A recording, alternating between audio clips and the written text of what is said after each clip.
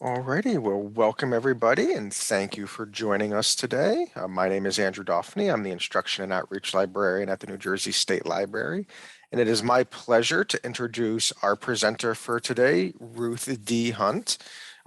She is very passionate about genealogy. She has been researching her family lineage for over 40 years. Miss Hunt has traced several branches of her family tree to the 1600s, 1700s, and 1800s. Through family interviews and research, she has established and created slave narratives for two great grandparents. Miraculously, Miss Hunt located her long lost World War II half brother in England long before the popularity of DNA matching. She is in the process of writing a book called The Scent of My Father, which describes the process of finding her brother Barry Hunt. She was acknowledged by the Department of Defense for her personal and tireless devotion to the state of New York's veterans. She created and established monthly genealogy workshops at the VA hospital from 2017 until the COVID shutdown. Ruth is a proud member of one of the oldest and prestigious genealogical societies in the country, the Daughters of the American Revolution, as well as other organizations and societies. She provides presentations and workshops via Zoom, and we're great to have you. Thank you so much for speaking to us in honor of Black History Month, Ruth. Oh, thank you so much. It's my pleasure to be here. Thank you for the opportunity. As you said, I'm passionate about genealogy, and I'm always happy to tell my story. So, very good. So before we jump into your story, I just want to go over some of the housekeeping items that you see on the screen in front of you. First and foremost, we will be taking your questions at the end of the program, but you can submit them at any time using the Q&A feature or the chat feature in the Zoom dashboard. There is a survey available at the end of the program. If you have time, we ask that you complete it. We always love hearing your feedback. And lastly, if you want to learn more about Ruth's research, her legacy, her story, some other work that she's done, you can visit her website, which is www.ruthdhunt.com. And I will send out a live link to that in the chat once we get underway. One last thing before we start is just to go over the Zoom dashboard. This is what your dashboard should look like if you're using a PC or a Mac. If you're using a mobile device, the dashboard is going to be looking a little bit different depending on the device you're using, but all the features will still be there. At any point, if you're having any audio issues, you can check your audio settings in the bottom left-hand corner of the screen and adjust them as needed. If you're having any problems throughout the presentation, you can use the raise hand button. That'll alert me, and I will send you a message in Zoom and hopefully be able to resolve the problem for you. And lastly, as I mentioned regarding questions and things, you can use either the Q&A button or the chat button, and I'll be monitoring them, and we'll be addressing those questions at the end of the program. That is everything that I have for you, so I'm going to turn it over to Ruth now. Okay, here we go. So am I sharing my screen with you now? You should have to hit the share screen button. Yes, it's already up. Okay. So it's nice and bright.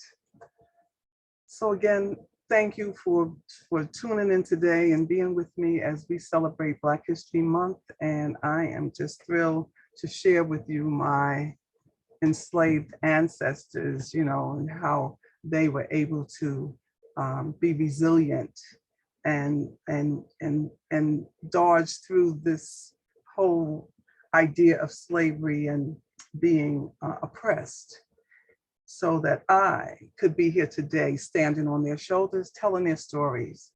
So I want to honor them by always keeping them in the forefront, because without them, it wouldn't be me.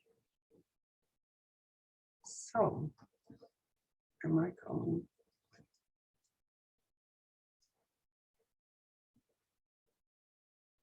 Okay, so what is genealogy? I know we have a broad audience of people, so I just wanted to go over that. So genealogy involves tracing and providing one's lineage from one generation back to the previous generation. So most times we start with ourselves and we work backwards. Genealogy tells you who the ancestors are and where they were born and died, and they married and who their parents were. Genealogy seeks to identify and trace the family back in time through your lineage by exploring the lives of individuals, their family relations, and the communities in which they live. Hence, the pursuit of genealogy will have you thinking about your family, past and present, in an entirely different way. The griot. It's a West African historian, a storyteller, a poet, a praise singer, a musician, the keeper of all births, deaths, marriages throughout the generations of the family or the village. Each family has one. One is called to find the ancestors. So I am Ruth D Hunt. I'm the daughter of John W. Hunt and Ethel Patricia Hunt. I'm the granddaughter of Edgar Lewis Clark and Ruth Virginia Chancellor. I'm the great-granddaughter of Wyndham Clark and Emma Mitchell.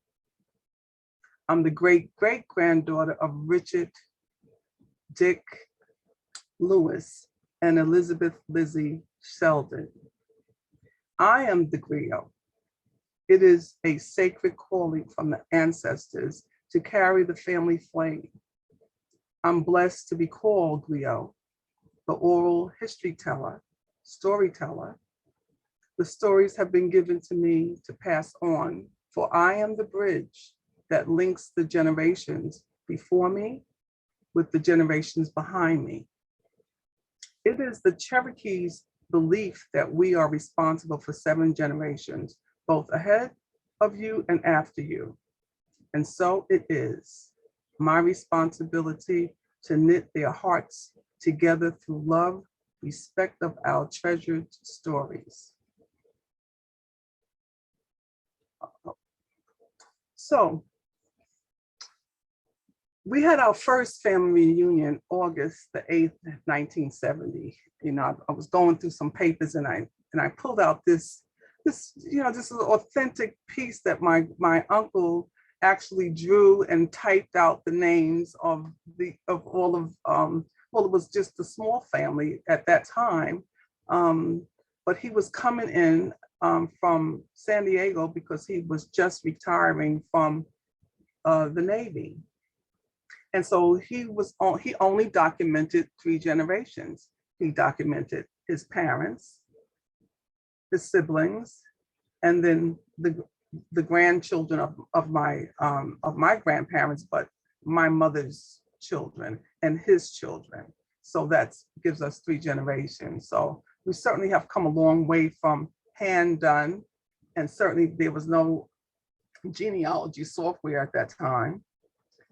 And this is my grandfather in the blue, and my Uncle Ed, who came in from San Diego, who retired from the Navy. My Uncle Doug, who lives in Poughkeepsie. My Uncle Bobby, who lives in Buffalo. My Uncle Sonny, who lives in Vegas. My dear Uncle Michael, who is deceased, but he lived in San Francisco. And this is our first cousin.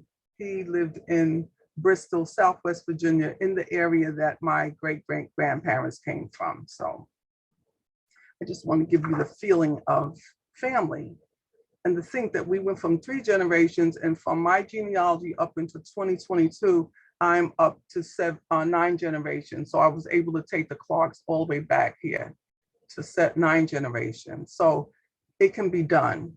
It can be done because I didn't have this information all those years ago. So this is the history of my enslaved great-great-grandparents, and I'm blessed to have these photographs. I am just thrilled to share this with you. of my great-grandfather. My great-great-grandfather was born the 17th of February, 1834, and he died the 6th of November, 1909.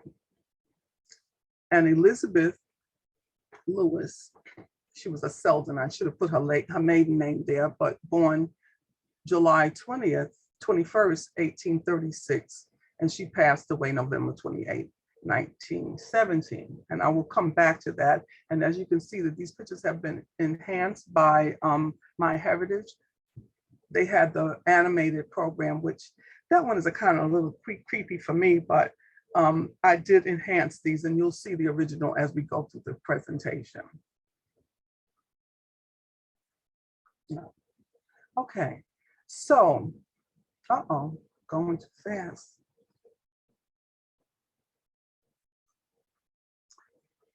Okay, so as most of you know who are experienced genealogists, you know that you trace people of color.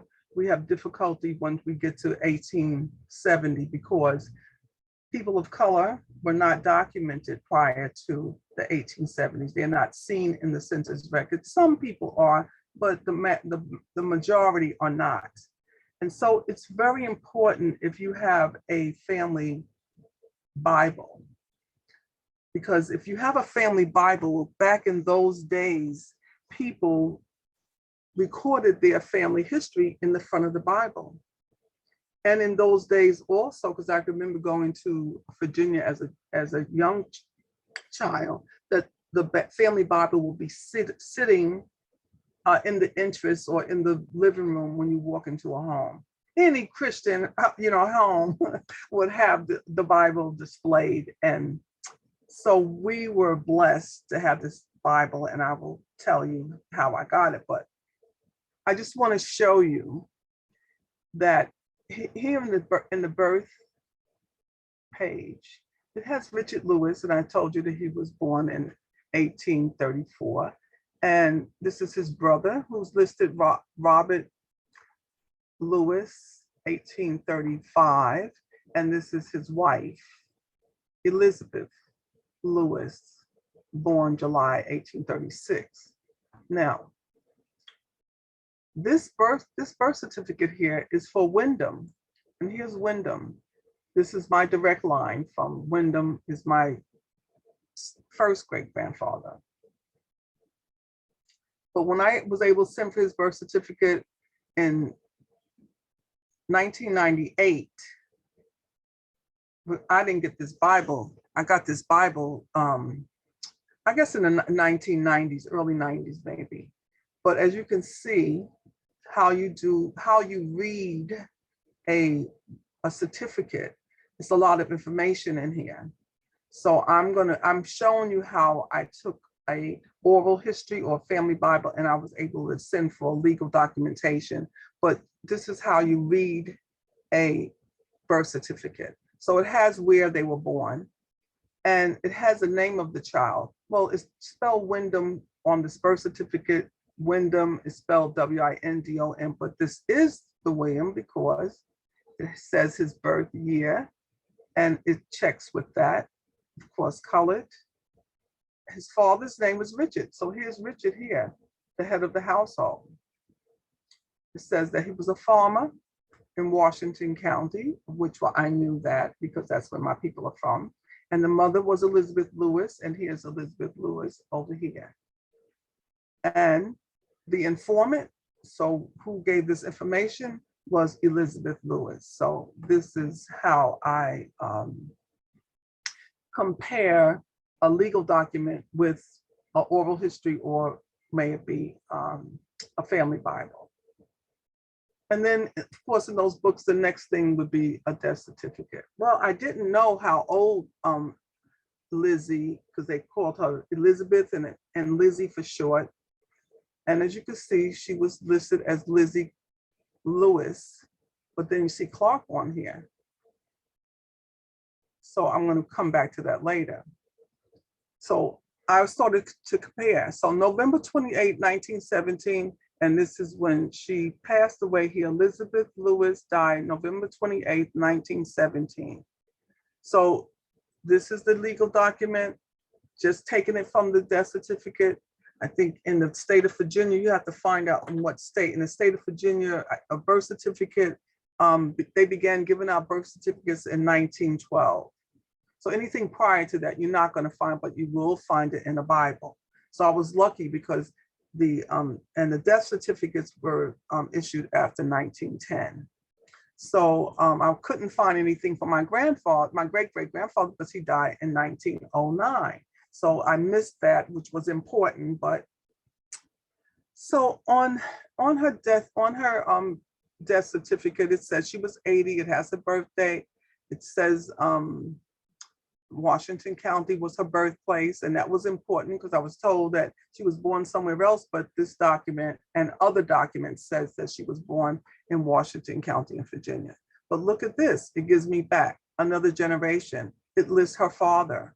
So here she is, she's born in 1836, and we have her father. So we know her father has to be born early 1800s or 1700s. It's just I can't find him. I'm still looking for him. And his wife, her mother, Elsie Seldon. The informant was Wyndham. So here's Wyndham again, that was her son.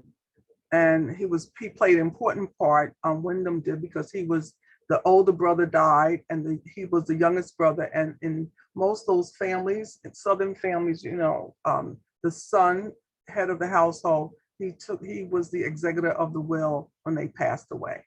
So this is what I want to share. The other thing is here, Lizzie was buried in Mahanam.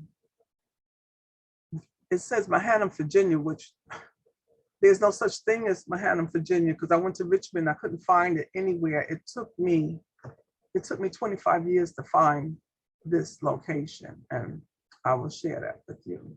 So here's the location. I was going back and forth to Virginia, and I joined a historical society because I knew that my family were of Cherokee descent.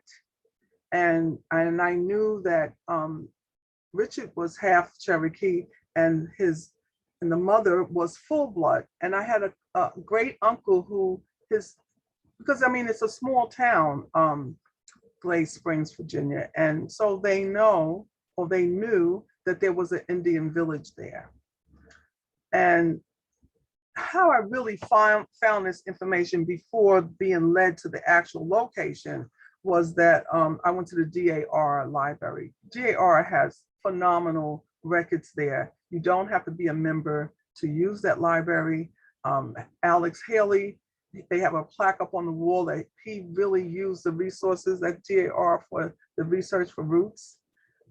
They have books there from the beginning of the country, when the country first started. It's broken down according to state, county, town.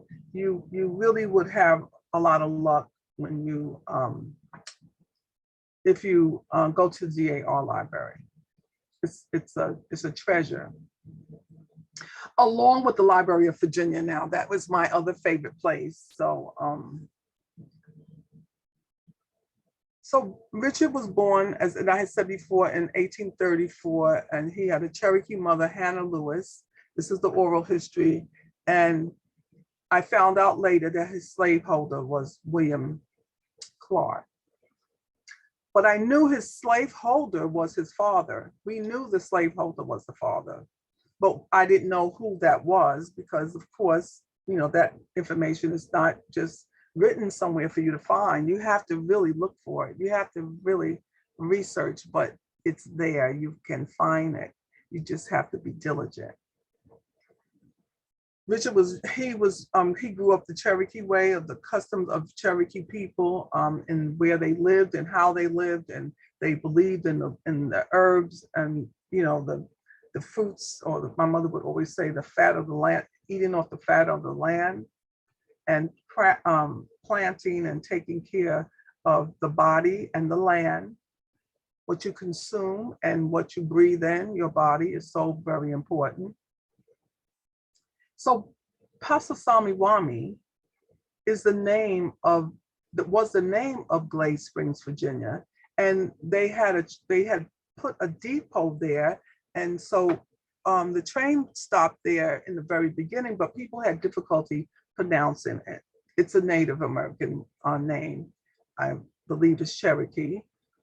But the people in Southwest Virginia or people in Glade Springs or the Historical Society, they don't have a lot of information on Native Americans. And they don't have a lot of information on Black people or people of color. They just don't have it. So a lot of times when I'm doing my research, I'm giving them my work because they're not aware of it. And maybe, you know, they would be interested. I don't know. Anyway, I was looking for my the Seldon, but there was a massacre at after the Civil War in 1864. It was called the Battle of Saltville. Saltville supplied all the salt. And in this particular cemetery, where my people were from, it's a Native community. The Confederate soldiers took over this cemetery. And from another view, I don't know if I have the other view on this slide, but the view of the church and all of the large headstones, because when I found this information and I went to Virginia, it was someone who told me that they would take me down to Clinchburg. The Historical Society had actually gathered all of the burial places in Washington County. And when I was asking this gentleman who worked or volunteered at the Historical Society, his name is John, and he said that he had done the research. And I said, well, I'm looking for this Mahannum. And he said, oh, there's a church. And I came back so I could go down and actually try to find it. And I was very fortunate. It was all serendipity that this should happen, that I ran into someone who took me here, and I went to this to the cemetery. I would have never went inside because they had all of these little notes saying keep out, keep out, keep out. It must have had 100 little signs that went on both sides of the road that said keep out. So I would have never gone in there if I had been driving, you know, alone or with my mother. She was my my partner to go do this research. And this gentleman who was going to the cemetery had us follow him in. And when we followed him in, he was a Civil War, he was a Confederate War enthusiast. He was very nice, very kind. And he was so excited that, you know, I was a genealogist, because when he showed me this tree, because the oral history was that our people were buried beneath this big tree. And when you come up into this area, it's very open field, open land there. And then he said, look over there, that's where the Black people are buried. And I said, oh, these people are Cherokee people. And he turned and he looked at me, he said, oh, you look just like them. You look like them. He said, and look at the stream that's going alongside. And he told me to look to the stream, and I saw the stream. And then all of a sudden it was a person up on a horse. It was just sort of symbolic for me. And as I started to approach and walk toward the tree, I just broke down and started crying. It was like, oh my God, I had looked so many years, and here I find it. I'm so excited. And he goes back. My mother's there underneath shade, so she doesn't walk all the way down. And she always tell me, be careful going to the cemetery because they have snakes in there. And I'm so driven. I don't know a thing about a snake. I would be running out of there if it were to come out so I could see it. But he went back and said, you know, those genealogists, they cry a lot. You know, they really cry a lot. So I was tickled. I was in my own mode. The thing about it was that in this area, when they mowed the lawns, they knocked over a lot of the headstones, and so they were broken. And I was putting them back up, trying to stand them back up because they were broken. Okay. Okay. So this I'm not able to advance it. So this is the name of the church. It's the Mahannum Church Cemetery. And I actually ended up sending for their book. It took me a couple of years to send for the book because I couldn't find them. But I showed you in the Bible listing, George Lewis was there. So here he is here, George Lewis, because I called them. They told me they didn't have any records of any of the Black people. and that they didn't have anything down in the basement because these were back in the 1800s. But lo and behold, I sent for their book. And when I went through the book, I actually found them. So here again, here's George, because this is George. He was born February 17, 1856 on the headstone. And then here it has February 17, 1856. So I know, and it confirms that this is where my people are buried. Because as I said, a lot of the tombstones were knocked down. So I've tried to identify the ones that were standing, because I was able to also find his sister, Frances Delaney. And I had just researched about her in the Historical Society. And so it was in my head. She's not in the book, but her headstone is there. So this was a wonderful find for me. It was just very important to me because now I know where they are, and I would really like to have, because if anybody went to that cemetery, they wouldn't know that the Black people were there at all. So I would like to get the DAR to support me and get in a marker for this cemetery for my ancestors. So I met a lady that was there at that cemetery, and she was very lovely with her mother and very nice people. And when I got back home, she sent me an article that was in the newspaper down there about a cohabitating record that they had found in the Smith County court house, in the circuit courthouse. Now, it had been there from the 1800s because this register, after the Civil War, they had most states and towns to actually create a cohabitating register. Now, the reason for the register is that Black people, I guess, would jump in the broom. They were married in their eyes, but in the eyes of the state, or in the eyes of society, they didn't consider them, they considered them property, and they didn't consider them married. So the cohabitating record allowed them to document who was married, how many years they had been together, because there's no marriage certificates. So when I found this, I went to the Library of Virginia because this lady sent me an ad, and when she sent this newspaper article, then I called the court, and he told me that they were at in Richmond being digitalized. So then I went to Richmond, and I don't know, are you all a genealogist, but we get very serious when we get to the library, and it's a very intense thing. And I was looking through all the records, and I had gone through it, and I was just getting ready to leave, and I said, let me just look through this one more time. And here I find Richard Lewis. Now, I was spelling Lewis Lewis, and here is Louis. So you have to always look at the spellings, because a lot of times the spellings are different, but it doesn't mean it's not your person's, because it says here he was born in East Virginia. I don't know East Virginia, I'm not sure about that, but Washington County, he was a farmer. And this on top of this, it asks who was the last slaveholder, who was the last person. It's on another page, but that's what's up here. And so the slaveholder was William H. Clark, and he was from Washington County also. And remember, we had Lizzie Seldon, but it's spelled Lizzie with one Z and an I. So you have to just sort of put it together. And as I look over here with the children, so it says they were married in 1856. That's what that is. And they had Florence, Elsie, George, we showed you George before, and Millie. And so I knew that this was mine. And I got so excited in the library, so excited. And while I'm so excited in there.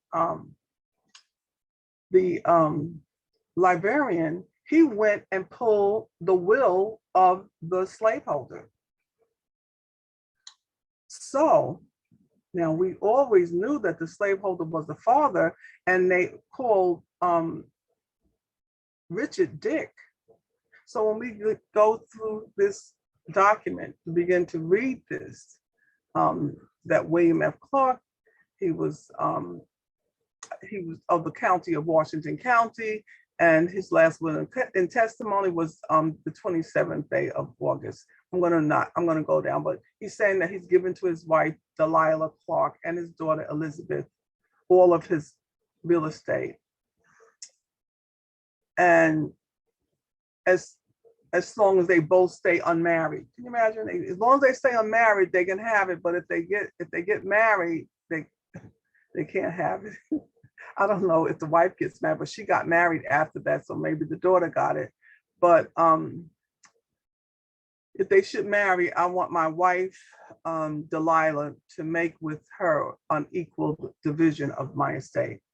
So number 2, I will that my Negro man Dick remains with my wife and daughter and work for them as long as they can get along.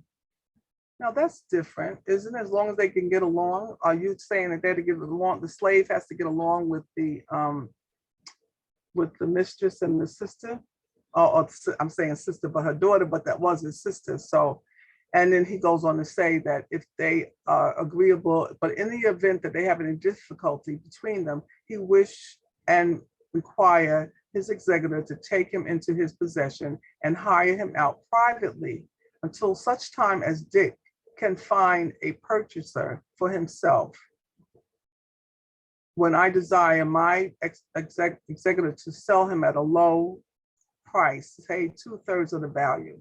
So he's setting up a situation where he's going to get along with the new buyer, and it's almost like they're going to be friends, but he has to sell him to him. And I kept thinking, well, why did he just free him?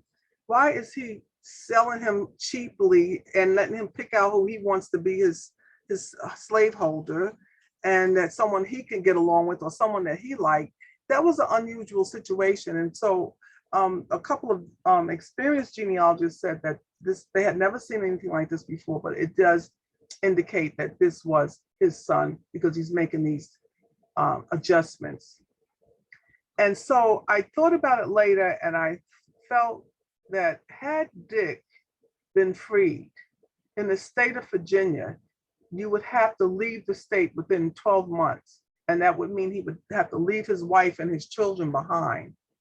Because anytime they free a person, a slave, in that state, they have to leave the state, because I guess they want to, influence the others, like runaways or whatever, unless he could buy them, unless they didn't want to release him. They have that now. I was working at Bellevue, and I was working at a hospital in Brooklyn, and they wanted me at Bellevue, and my I was going to say my slaveholder, my supervisor, he didn't want to release me. He wanted me to do an event for him, and until I did the event, then he would release me to go somewhere else. So anyway, it's just interesting how things still, remain the same. So, Richard, I assume, that was in 1860, 1859, 1860. And then by, the end of the Civil War, Richard was acquiring property.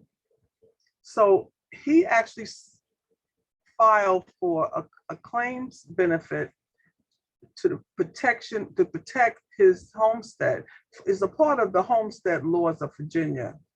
And here was a list of his assets. And I was impressed that in 1876, that was like 11 years after slavery was over, or 11 years, that he made this deed up, and he makes an account of all of his possessions. And he had a small horse, he had a bay horse, a large horse, he had another small horse, he had a yellow spotted cow, he had a deep red cow, he had 5 heads of stock, cows and pigs and horses in a wagon. He had 2 horses in a wagon. He had a lot of fowl. His house, he going to describe all of the things that he had in his house: 4 beds, bedding, 8 chairs. He was really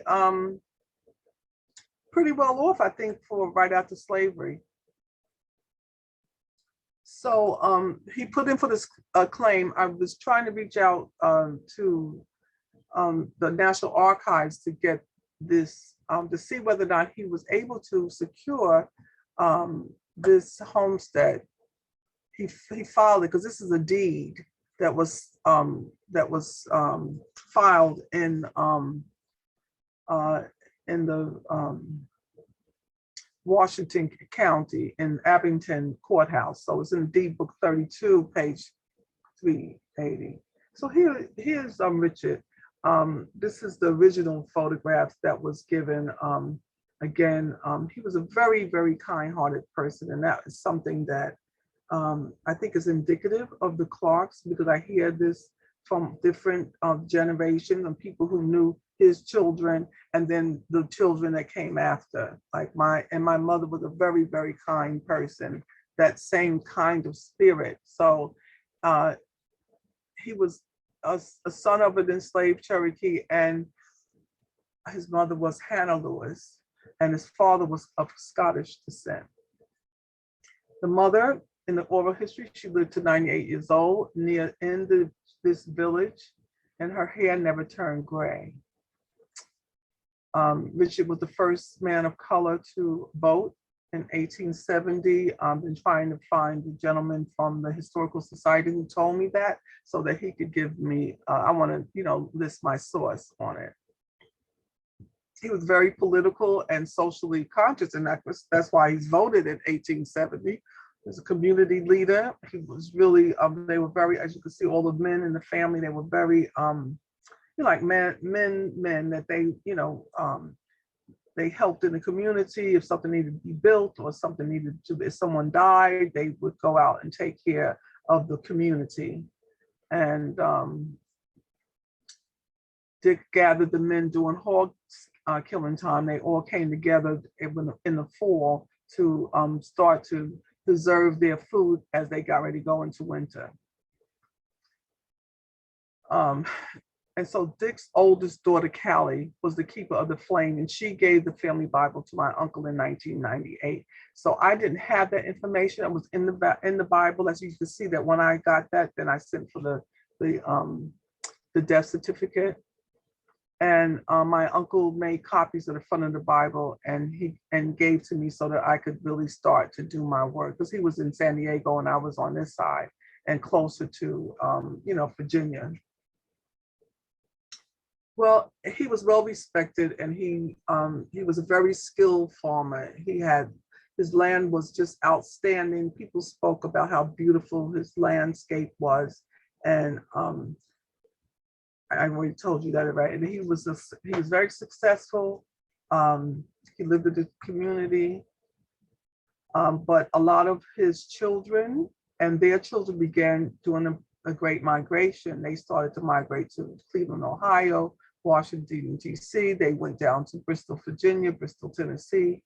My family, they went up to Roanoke, Virginia, which was a bigger town. My grandfather worked for the railroad, and they had a train that used to come through there at this part of Virginia that they lived in. And they had abundance of growth of greens, field greens, mustard greens, collard greens, and my mother always talked about all of the cherry trees and the apple trees and all of the vegetation that they had. Then they worked the garden. My grandmother had a garden, but the men had a bigger garden, and the women were excellent housekeepers or homemakers. They canned from the garden. So they did canned apples. I don't know if you're really Virginia, it's nothing like going to Virginia and having breakfast in Virginia with fried apples with eggs and bacon and some biscuits or some rolls and some sweet tea. So, you grow up on this good food, this is what you're accustomed to, and healthy food that, these people live a long time. My grandmother was an excellent baker, and it's amazing that, and her background was, she was from Tennessee, but they were bakers in her family. And so it was amazing that they could she could bake a cake in an open fire. So when she was in Glade Springs, Virginia, they cooked in ashes. I don't know if you know about that. They don't allow anybody to like spit in the fire because that's where they cook in it. They're very particular because people in those days used to chew tobacco, but they had a little little thing that they spit the tobacco in. Some of you know what I'm talking about, but I'm sure the young people don't know what I'm talking about. But so she cooked in this open fire in Glade Springs, Virginia. And when they left in the 40s and went up to Roanoke, and she had a regular, stove. I mean, it's not like she didn't have a stove, but they cooked in a potbelly stove.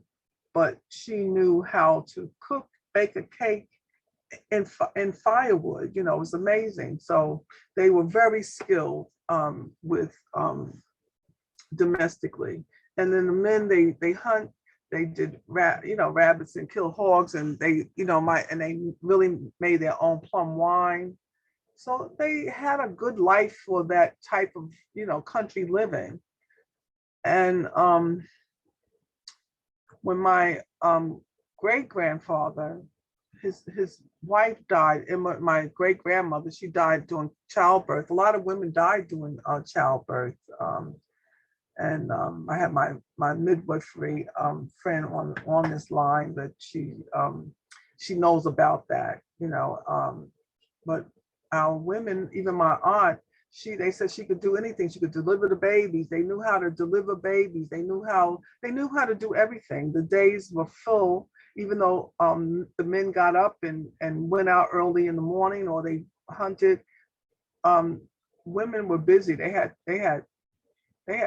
chores. So according to the 1880 census, Lizzie was born, as I had said, there was some question about where she was born. And again, it was here, and her death certificate states Washington County again. And certainly we know where she was buried because we found the burial ground. And this is the other picture that wasn't touched up or enhanced, but she has a very distinct look. This is how the people there, as I said, she was a full-blood Cherokee. A lot of Native people have really many different looks depending upon the region that they come from. As you know, that's the same. It's indicative of people who come from wherever they come from. They can come from Africa or Scotland or.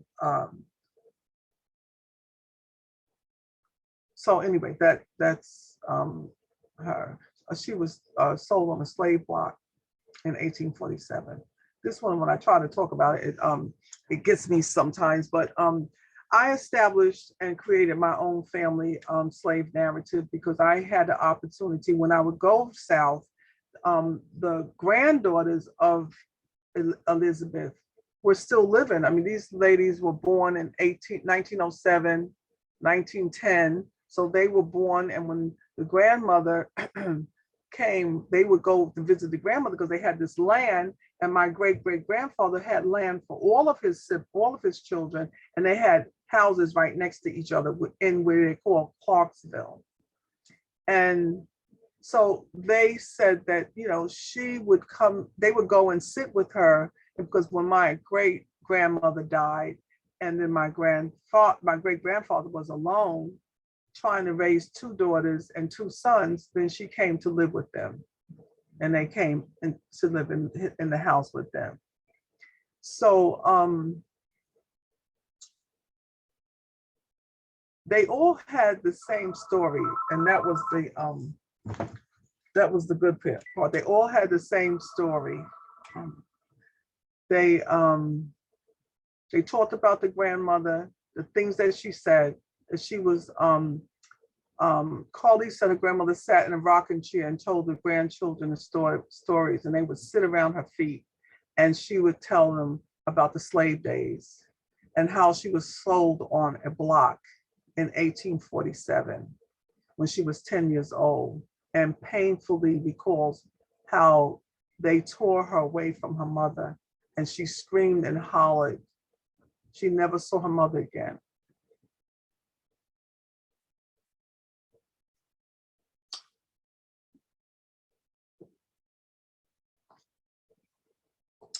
that gets, they lived in a Cherokee village, and the houses were made out of yellow clay and white dirt. Excuse me. And Richard bought the property for all his children so they would live close by. But one of the things that she told about, she was telling the girl's story, but she said that her father, Carl Lee had said that her mother was full-blood Cherokee, and the father, Richard, he looked like a white man. When you saw the picture earlier, that he was very fair because he was mixed Cherokee and mixed Scottish. And so the white folks, and they went on to tell how the white folks treated them in Washington County, that the white folks would whip the men until blood came out of their skin, of their backs. And they had to get up at 4 o'clock in the morning and work into sundown. They had no beds to sleep on. They had to sleep on straw. The women had to use cow feed bags to make their dresses. And they ate, what am I saying? Beans and cold water with no meat. The Europeans took and bought some of the land from the Cherokee. But her grandmother and she said her grandmother said that George Washington put them in slavery and Abraham Lincoln freed them. And she felt that is why they killed President Lincoln. And Lizzie was freed on the 4th of July. So she had long black hair, you try to get the descriptions of what she looked like, and she wore 2 braids. And then later on, my grandmother and all of them, they ordered all of their clothes from Montgomery Ward and Spiegel catalogs. So back in that time, in those rural parts of Virginia, the catalogs were very popular, and you had salesmen who went down and who actually was selling those clothing to those. And then Okie, so she had some cousins, because as we said, that her father was, that Richard's father was actually white. He knew that he, and this is what happens in these small towns. They act like it doesn't really exist, but everybody knows whose children are who. They know when, if Black children have, or mulatto children have a white father, they know who it is. They don't talk about it, certainly not in front of, I guess, with the white women, because that's what causes a problem, because they are having children in the same community with women, enslaved women, and these children are related to them. And so here, I always have to mention about Walter Ashley Plecker. He was the white supremacist, and he was the first person, registrar for Virginia Bureau of Vital Records. And he actually changed all of the vital records so that people who were of mixed ancestry, or if they were mixed Native, or if they were Native American, he made them either Black or white. So you can look him up. He was there from I think 1924.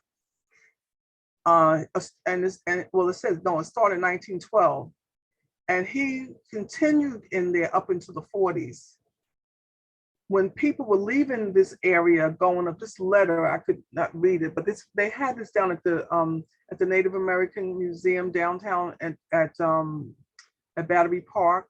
And they had this letter, gigantic letter written up, where he was writing to Roanoke, Virginia, to let them know not to allow these Mongols, he called them, Mongols, to come into your town and say they're Native American, because they're not, they're Black. And, they were really very cool, a real racist. And he did change all the records. So people who are Native and they want to prove that they're Native American, they can't find it because they changed the records. And as far as the Trail of Tears, a lot of Native people did not go on the Trail of Tears. They didn't want to leave there they went into the mountains. They didn't want to go. They in the mountains of North Carolina and Virginia. They didn't want to go to Oklahoma. You know, you want to leave your land and have to go on a trail. So anyway, this is a copy of Lizzie's death certificate, which shows her parents and takes you back another generation. That's how you're going to read it. So Wyndham was Richard's son. So this is my great grandfather. He was the executor of his will. He was a wonderful person too. My mother's grandfather, and she called him Papa, and so many wonderful stories that she had to say about him. But he was the one who changed their name or added the name Clark to all of the Lewis children, because he knew who his grandfather was. So I just pulled this. This is a newspaper when he passed away, that it said that he was well known and well respected colored resident of Washington County. So I wanted to always find the and it mentions Okie Skipper. She had a restaurant in that area. So I said, so Emma, she was Wyndham's wife, and she died at childbirth. A lot of women died at childbirth. And that's when Lizzie came to take care of her children. She had 2 daughters and 2 sons, which was my grandfather. So that's another branch that I'm researching. So many branches. And my grand aunt Okie, so my mother's aunt. So she was the one who told a lot of the family stories. She was the one who sat with Lizzie and brought forth these stories. She was an entrepreneur down in that town. Her husband was Wallace Skipper, and they had a restaurant, and it's called the Skipper Restaurant, and it was located downtown next door to the barber shop. And the food was very tasty, because I told you her mother taught them how to cook and so forth, and she served both white and black. She just had a little petition up on the counter that separated them from one side to the other. And and they came to her restaurant because she was a very, very good cook. So this restaurant was a meeting place that was right across the road from the train station. So they had one train that came through every Sunday, that was going from Bristol, Tennessee, going to New York City. And so the town, all the people in the town would come down to the train to see who's getting off the train and who's getting on the train. So it was like their way of communicating and seeing what was going on in the town. And it was so funny. I reached out to this woman not too long ago, and I was just asking her a question, of course I wanted to still trying to get information about the Native community. And she ended up telling me, well, who are you? And I told her who I was. She said, oh, your mother was my best friend. And I said, oh my goodness, it was very emotional. Yeah, I'm a very emotional person. Was just like, her best friend, and she could tell me about my mother. And she went on to tell me that the restaurant they had a jukebox in there, and they would go date night in there. And I said, well, I never got that story. So, it's important that you continue to interview different people, because different people who may not be in your family, they know your family, and they can give you a lot of information. So I just wanted to share that that was just a nice little story, that the jukebox was jumping, and they were still, having a good time, and they were dancing. So you can have a good time in these little small towns, And here my Aunt Gay here, she didn't stay there. She left and went to DC. So, some of them, Aunt Okie, she stayed all the way until she passed. And she was, she was tied to the earth. She was tied to the culture and the earth there. But Aunt Gay went to the city, to Washington, D.C. And then I want to just tell about Pocahontas. My mother always called her Aunt Pokey, and everyone called her Aunt Pokey. It wasn't until we got the Bible in 1998 that we see that her name was actually Pocahontas. So the Bible is important. Really try to look for it and see if you can locate it. Usually, you know, if your people are South, you find out who never left, who was still there. Like I went to Aunt Okie because she never left. She was there, and they can tell you the stories, or their friends can tell you stories because most of them know your people. I put these two pictures here because I wanted you to see that this is my picture on the right, and this picture was on the internet. So when you go on Ancestry, you know you find people who have your same, you know, great great grandmother, and you're related, and these pictures tie you together. So I just wanted to show you that when you are doing your research and you go on Ancestry, when you do the DNA matches and you're able to look at some of their pictures, their photographs, you might find that you have the same pictures, and that's how you know that you're related.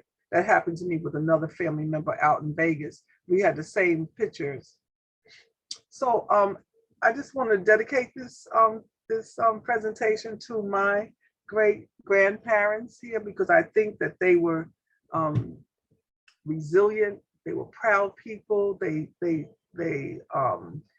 were able to get through slavery, and I think that that is miraculous that people were able to get through that type of mistreatment and still hold their heads high and be proud, and to be able to impart upon their children, their descendants, of what they want for them, that even if they weren't able to aspire to their highest expectations, at least they wanted it for their children. My grandfather wanted it for me. I'm sure he wanted it for his son, and it continues to go on and on. So I want to tell you that it's important to join historical societies, because a lot of times that you may not have a connection to the towns that your parents came from, or your grandparents came from, but they have historical societies that have the information there. A lot of these organizations have the information, and a lot of them don't want to give the information. And I found that in a couple of places that I was doing research, you know, after the Civil War, they burned up all of the papers. And that's what they tell you. A lot of times they tell you that it was burnt up. But we found the cohabitating records, which that gave us a lead, because maybe they burnt them up, but somehow the cohabitating records allowed you to find out who the slaveholder was.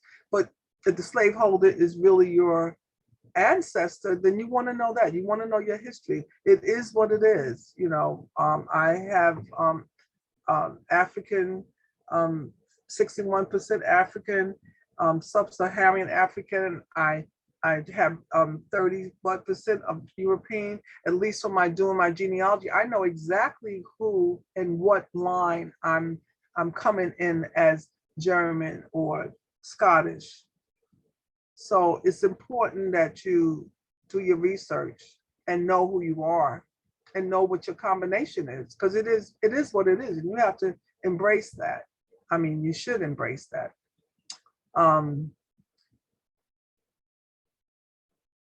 So these are some of my resources. I want to encourage you to sign up for rootstex.org. It's a free conference. Normally, it's a registration fee. It's usually held in Utah. The good thing about, on the flip side of the pandemic, that a lot of the conferences, well, not all of them are free, but Rootstex is free, and it's one of the best conferences in the world. It's one of the best genealogy conferences in the world. Normally, they have like 25,000 people who come. I was there just before COVID hit in 2020, and they had 25,000 people. Last year, they had it online. They had 1 million people registered for this conference, and it's just ongoing. They have so many speakers. So Ancestry, they do seminars. They have seminars for maybe the areas that you're looking for, that you're researching. They have so many tips. It's free, and you can go once you register and go in. They even had a feature that if you it was in person when I was there, but they managed to do it on the internet. I don't know how they did it, but you're able to go in and put your information, and you can tell, they can tell you who you're related to, who's at the conference. Now that seems unbelievable, but I'm going to tell you, I did it, and it was a one of the ladies. This is a book that this lady, actually, her name is Kathy Graham. She's my fifth cousin. I don't know if you can see this, but she's my fifth cousin. Her fifth great grandmother and my fifth great grandmother were sisters. And my fifth great grandmother, Catherine Kanzler, was a German, but she had 4 children by a slave in the 1830s. So she was very controversial, and people talked about how controversial she was. But my dear friend, my dear cousin, 5th generation, and I met her last year at Rootstex, she actually had written a book, 300 pages, all about my great-great-grandmother. And they had even articles in here about me that I had written to Tennessee, looking to a newspaper, and it was just phenomenal. So you don't know what you're going to find. AUGS, the Afro-American Historical and Genealogy Society. They have a New Jersey chapter, which I go to on Saturdays, the second Saturday of the month, and the Afro-American Historical and Genealogy Society, New York. They have theirs also the second Saturday of the month. The good thing about COVID that I can go to both of them now, because before I had to make a choice to either go to New York, I had to go to New Jersey, but now New Jersey starts at 11 and New York starts at 1. So you're able to just get, just get the information. Very stimulating, and it's just wonderful to hear people's stories and what they're working on and what they've discovered. And we're just trying to bring the people together who were separated during slavery. We're trying to find our people, and we're trying to bring them together and honor them and honor their existence, honor their people that allowed them to come forward. Family Search, you can research them. They're free.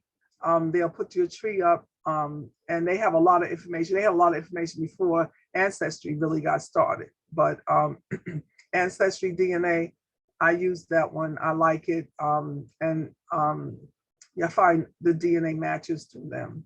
And again, I said historical societies are important, and don't sleep on the Daughters of the American Revolution. It's a wonderful organization. They're service-oriented. They are women who care, who are into genealogy, or patriotic.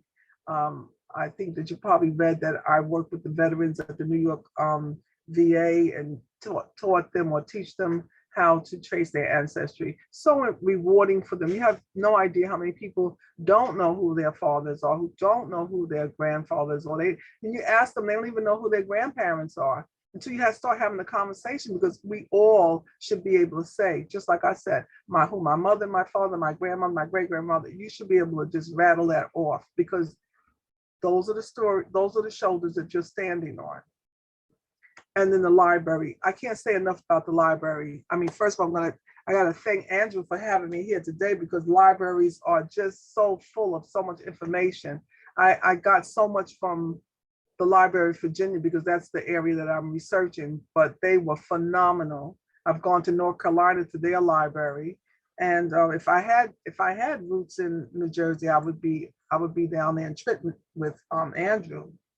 But don't sleep on that. If you don't have Ancestry, you can always go to the library and use their Ancestry, the library edition.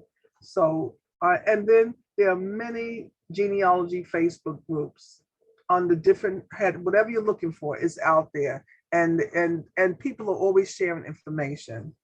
So with that, I guess I'm really said it all. I'm so happy to be here and for you to hear my story. I appreciate that. Let me see. Okay, there I go. So if you have any questions, I'm happy to answer them. Great. Thank you so much, Ruth. There are so many accolades coming in through the chat that it's such a very, very powerful and impactful story that you shared, and we thank you so much for for doing that and doing the work. If anybody does have questions, please feel free to send them in the chat or the Q&A, and we'll be happy to answer them. First question is, what is the name of the library in Richmond, Virginia you went to? I'm looking for information on Jane Robinson, my great-great-great-grandmother. She came to Philadelphia from Richmond. Okay, that's the Library of Virginia. So it's you just Google it, and they have a lot of information that you can get online. Since we've been in COVID, you can get information, and the librarians are so, you call the genealogy room, and they are very helpful. They'll work with you if you're trying to find something or tell you how to use the database. And they also serve as their state archives as well in the building, so they have all of those primary sources, those vital records. So yes. Let's see here. There are. Have to scroll back. Let's see.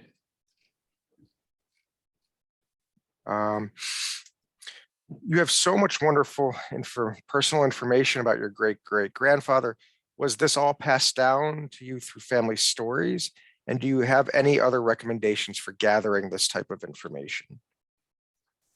Well, the good thing is that when Alex Haley did Roots, I started asking questions, because to be honest with you, I started modeling early, and when I was on 7th Avenue, because I'm from Brooklyn originally, but when I was working in the city, people would ask me, "What are you?" And they said, "Oh, are you Native American?" And I remember this woman asked me that once, and I didn't know, I didn't have the answers. We didn't grow up talking about it. And that's why I started going down, asking them, "Well, are we Native American or what?" Yes, yes, Cherokee people. Then I started looking for them. So I started asking the aunts in 1998. I started asking, Roots was in 1977. So in the 1980s, I started, slowly asking, because my father's people are older. My aunts and uncles were older because my father was a baby in his family. So I started asking questions, and I just pointed questions. I wanted more. And the other thing is that my uncle, who lived in California, he actually did a lot. He did research too. He liked to go and interview older people. So when my mother passed away, I have all of her tapes, and I put one of those tapes in and just listened to what the uncles were saying. And one of the uncles, my Uncle Perkins, I went to see him after my aunt had died, and I actually recorded him telling me, because I was asking him about the Native American community. Because I find that when I was trying to do this research about the natives, when I went to certain agencies or certain places, they would say to me, they glamorized Native Americans, but they were savages. And I was like, oh my goodness, that, I mean, you have to really think about what they're saying, because if you have land and you push the people off the land, and people are trying to fight for their livelihood, for their lives, it's just hard that you want to label them as savages when they're only trying to defend their honor, and so I had to, right now I was calling to Southwest Virginia, and I'm telling the lady, "Oh, we don't have any Native Americans here." I said, "Oh, yes. You end up educating some of these places because you have the story." I interviewed my mother and 3 of her girlfriends that they went to the colored school in that town, and how they had to walk to school. They didn't have a school bus. The white bus went by them and all the snow up on top of them. And when they got to this little one house, one room schoolhouse, that the older people, they took care of their children. They had the fire going and feed the children. It was very compassionate. And so I had to submit this story to the Historical Society because they don't know anything about our community. So we have to talk with one another, talk to the elder people who are in your towns or in those communities. It's just important to get back to your roots. it's important to go to the land that your people come from. It's something spiritual about it. When you walk on the land, when you walk on the in the cemeteries, or when you walk across. I mean, I have pictures that I can't put all the pictures on because I could have had you here for a couple of hours. But when my mother was living, she would take me, show me where they lived, where Clarksville was. And I would take pictures so that I would have, thank God I have these pictures because, she would be 95 now. And she would be 95 now. So who would tell me where that was? Because everybody's gone, they're going. So I encourage you to go to the towns that your people come from. It's your birthright to go. Where is the book? Has it been completed yet?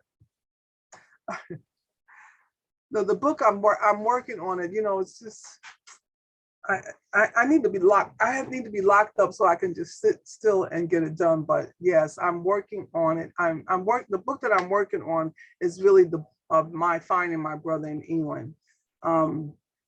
That's a very rich story, and I need to get that complete. And then, of course, all the genealogy that I've done, I need to write about each one of these families. Because when I talk to people, they say, "Oh, it's in your head. Yeah, all this is in your head. You have it written down." I have a lot written down, but I have a lot that's in my head, and I need to get it down while my head is still working. You know what I mean? The Freedmen Bureau, is it the same as Family Search? No, it's not the same, but they have records. But they have the records. Family Search is phenomenal too. They have been gathering information for, I don't know how long has it been, Andrew? They've been gathering information for over 100 years or more. I don't know when they started, but they've gone to Africa. They have this project that they're doing in Africa now because I just told you about the griots that has all the information in the village, and they have all the information in their head. They're trying to actually document these villages with the griots so that they can put it down on paper, or they interview them with a recording. So did I answer that question? Yeah, so it's Family Search, which is part of the Church of Jesus Christ of Latter-day Saints, started gathering all these records and stuff in 1894. So okay, it's been I knew it was 100 years. It's been a long process. Yeah. You use the term DAR. What organization does that represent? The DAR is the Daughters of the American Revolution. And I just want you all to know that there are over 6,800 patriots of color. And we have a fairly large group of women of color who are Daughters of the American Revolution. And I encourage you to do your research because you can get back there and you can become a member. You just have to be able to trace your line from a patriot, 1776, to you. And you have to go from one generation to the next generation showing the documentation. But they have wonderful records too. And you don't have to be a daughter in order to go to and use their library. They also are the ones who have Constitution Hall. People mentioned to me about me joining DAR because of Marian Anderson. My answer to that is that, in 1939, everything was segregated. And the DAR had in their contract that they weren't having people of color to come to Constitution Hall, but they weren't going anywhere else either. So when I don't feel, if as a genealogist that I can trace my ancestry back to the beginning of this country, then that is, it means something to me. that there's a skill and the information is there. And I encourage everyone to get their information because that's what's most important. And if you have a patriot, if you find that you trace yourself back to a patriot, it's something to be proud of. And the other piece is that my patriot is German, of German descent. It came from Germany in 1749. But Philip Kanzler, who is my patriot, his granddaughter had 4 children by a slave in the 1830s, meaning that her father and she, they didn't have prejudice in their heart. And she had 4 mulatto children that she raised. She separated herself from her white community before they ostracized her. Because as you know, in the 1800s, a woman who would get pregnant by a Black man, they would tar and feather them. And that was the reason why when she got pregnant with the first child, she went into Tennessee in a Friends community, which I've been there also. I do seriously do my research, but I did go to the Friends community because I was trying to get more information, was interested. If you go to my website, you'll see that on there. I went to Hiwassee College, and that's where my comrade Kanzler is buried there. And so I went there to try to find, just more information. And this professor that was there, out of nowhere, I'm telling you, it's very spiritual.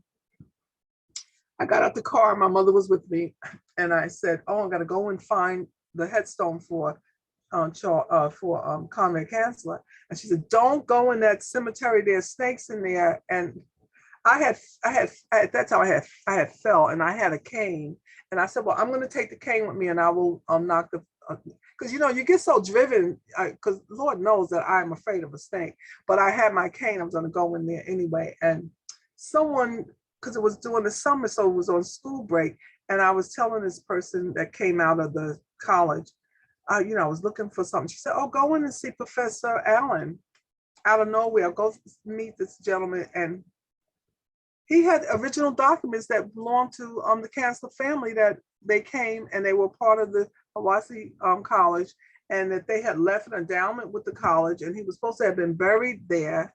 But and they also told me that Catherine Kanzler, who had these children, because they couldn't identify the Black man, because of course they would kill him too. So they said that the Friends meeting house, they married them, that they were married, but they could not publicize that, So that's another story.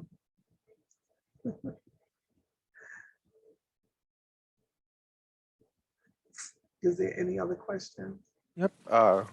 Ruth, this was a fantastic and informative presentation. What are some of the biggest challenges that you faced in your research? Did you get any resistance from your family as various issues emerged about your history? Well, no. I mean, no, not for the history. I was just that on my father's side,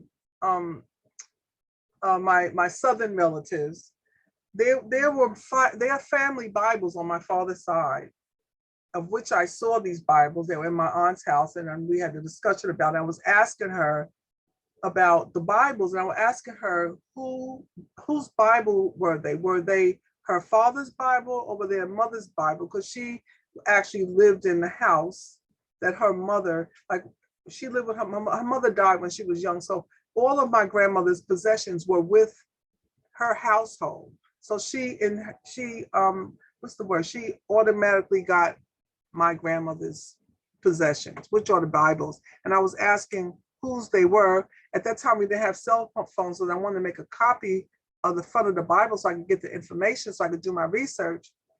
And they won't give me the Bibles. They won't let me see the Bibles. I don't want the Bible. I just want the information in the front of the Bible so that I can do my work. But they don't want to share it. And there's 3 Bibles that they have. And when my aunt died, I said, well, where are the Bibles? I don't know. We haven't seen no Bibles. You know, it's just mean. It's just mean.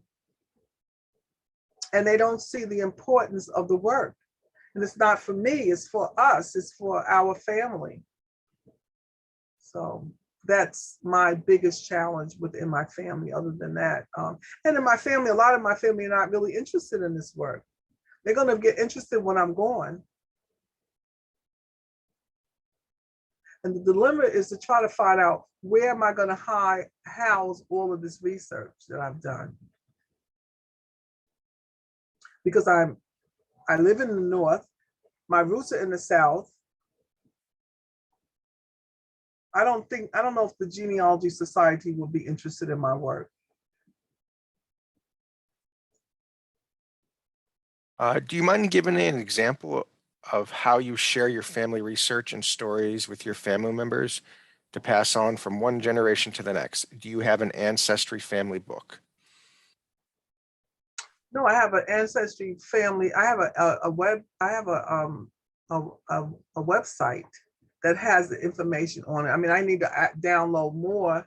And when my family comes to my house, or if we have a reunion, then I take everything and I share everything with them.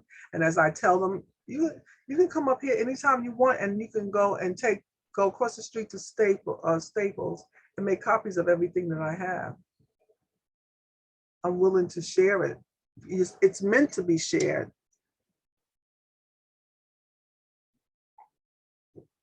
But no one shows it. No one shows it interest. It's more people who are into genealogy that's more interested and fascinated by it than I find at my family. They don't seem that it's, if my nephews had to have a paper for genealogy, and then Auntie, could you help me do the genealogy? Of course, they get an A+, and they're happy about that. But do you think they want to come and sit with me and go through it? Kids, they're different from how it was when we were young. I mean, I used to go visit my aunts and uncles. I wanted to sit with them. I enjoyed being with them. And my godmother, when she left Brooklyn and went back to Virginia, she knew my great-grandmother. She knew my grandmother. She was from the same town as my father. I loved being with them. And then I would video them. I have a lot of video coverage of different friends and relatives, because my father was he was like a photojournalist himself. So he started documenting us as children with the 8mm, camera with no sound, just those big bright lights from 1959. And when my 65-year-old sister came for Christmas, I put that on, and they were so tickled to see her running down the street. She was only like 2 years old, maybe. Yeah, like 3 years old. So, I'm just waiting for someone to present themselves that are interested in it. Because you can't push it on anyone. Someone has to come forward and really be interested, and then that that's the person that you're gonna turn everything over to. I don't see any more questions, but a lot of people have said that you've inspired them, and could you please help them? They have relatives all over the place. Where do they start? So, well, I think you should, like I said, the historical societies, that's all they do. So they meet once a month. They have lectures, people who come in and talk about, what they're doing or what they're researching. So you get inspired, and then you go. Normally I do with my PowerPoint, I do a genealogy workshop for beginners, because, everybody in this platform are at different levels, I would think. So. All right. Well, Yeah. I'd just like to end and thank you again so much, Ruth. It's truly inspirational what you've done, and then the stories you've told, and you have such a rich history. So thank you for doing all the hard work. Thank you for having me. It was my pleasure. My pleasure. I haven't even downloaded my chats to see what anyone said. Let me see if I could save it. I don't know if I can save it. I'll send it to you. Okay. Good. Yeah. Okay, well, looks like one last question came in. Does the state library have access to newspapers.com? No, we do not have access to newspapers.com. We have a Newsbank subscription, and part of that is the access to the historic Trenton Times. So just Mhm. keep that in mind. But You know, I think the New York Public Library does have, yes, the one on Fifth Avenue and 42nd Street, because I have gone there and gotten something from the Amsterdam News or I think the Times. So call them and ask them, but I'm almost sure that you can get access. well, again, thank you so much, Ruth. It was a pleasure having you. Thank you to everyone who attended. I hope you had a great time, found it as insightful as I did. And I hope we see you back for some of our future programs. Oh, sure. Well, happy searching. Happy searching. I hope you come up. I hope this inspires you and that the vibe goes out and that you're able to uncover something just from hearing my voice today. Well, everybody be safe, be well, and enjoy the rest of your week. Thank you.